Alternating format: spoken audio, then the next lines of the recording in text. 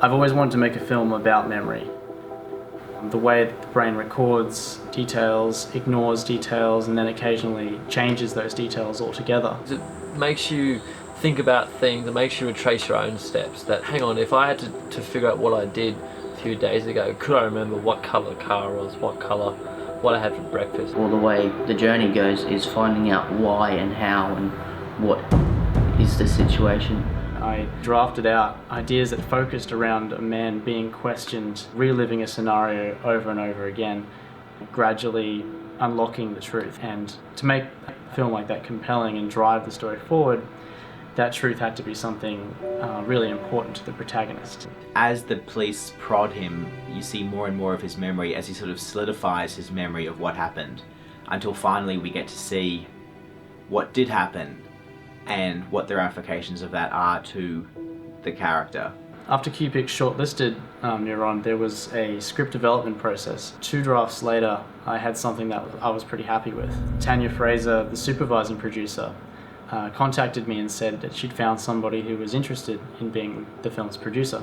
Through my contact with QPICs, several scripts were sent to me, and I thought I'll just read this Neuron one before, I'll read the first couple of pages and see how we go. Well, it hooked me, and that was the one that I wanted to do. I was immediately impressed by his take on the script and his level of experience.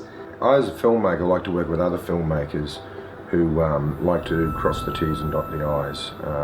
The more you put into pre-production, much more smoother production and ultimately post-production will be. David was really keen to find a production designer really quickly and lock down the look of the film straight away.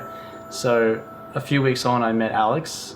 I was quite impressed with her design skills and her flair. We both agreed on a sort of cool and at times stark design for the film. One thing that was very helpful for every part of the shoot and the post-production was Ben, the director, went through and storyboarded the entire film.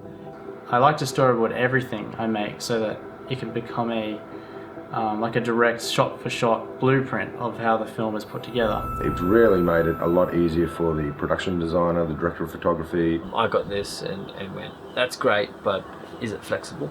And of course he said yes. But it gave a good idea to get inside his head to go, this is what a close-up is, this is what a mid is. Then I got my webmaster Logan to build me a simple website where I could upload all those images and then swap them out as they were updated and share that online storyboard with our designer and the rest of the team.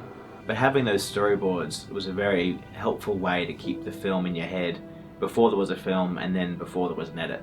Our protagonist's name is John, and he's a bit of a man-child. Members of the audience will find him quite lovable. But then as the story progresses, we start to think, did he do something that was quite evil?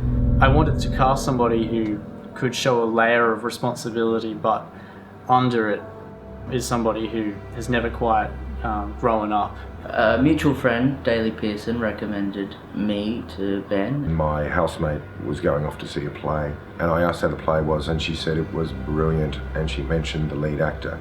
And I asked who that lead actor was, and she said Leon Kane. I said, we're auditioning him tomorrow. He got the part. I approached Scott Kimber to be our DOP. I knew Benny from working with him many years ago. He was actually my assistant, believe it or not.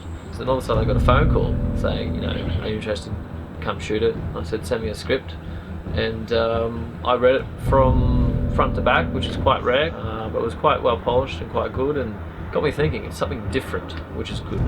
So as pre-production draws to a close and production is about to begin, there are many nervous people. There were so many sort of bits and pieces to juggle leading up to the shoot that we'd solve one problem and then come across something else. I felt as though all of our variables were in line.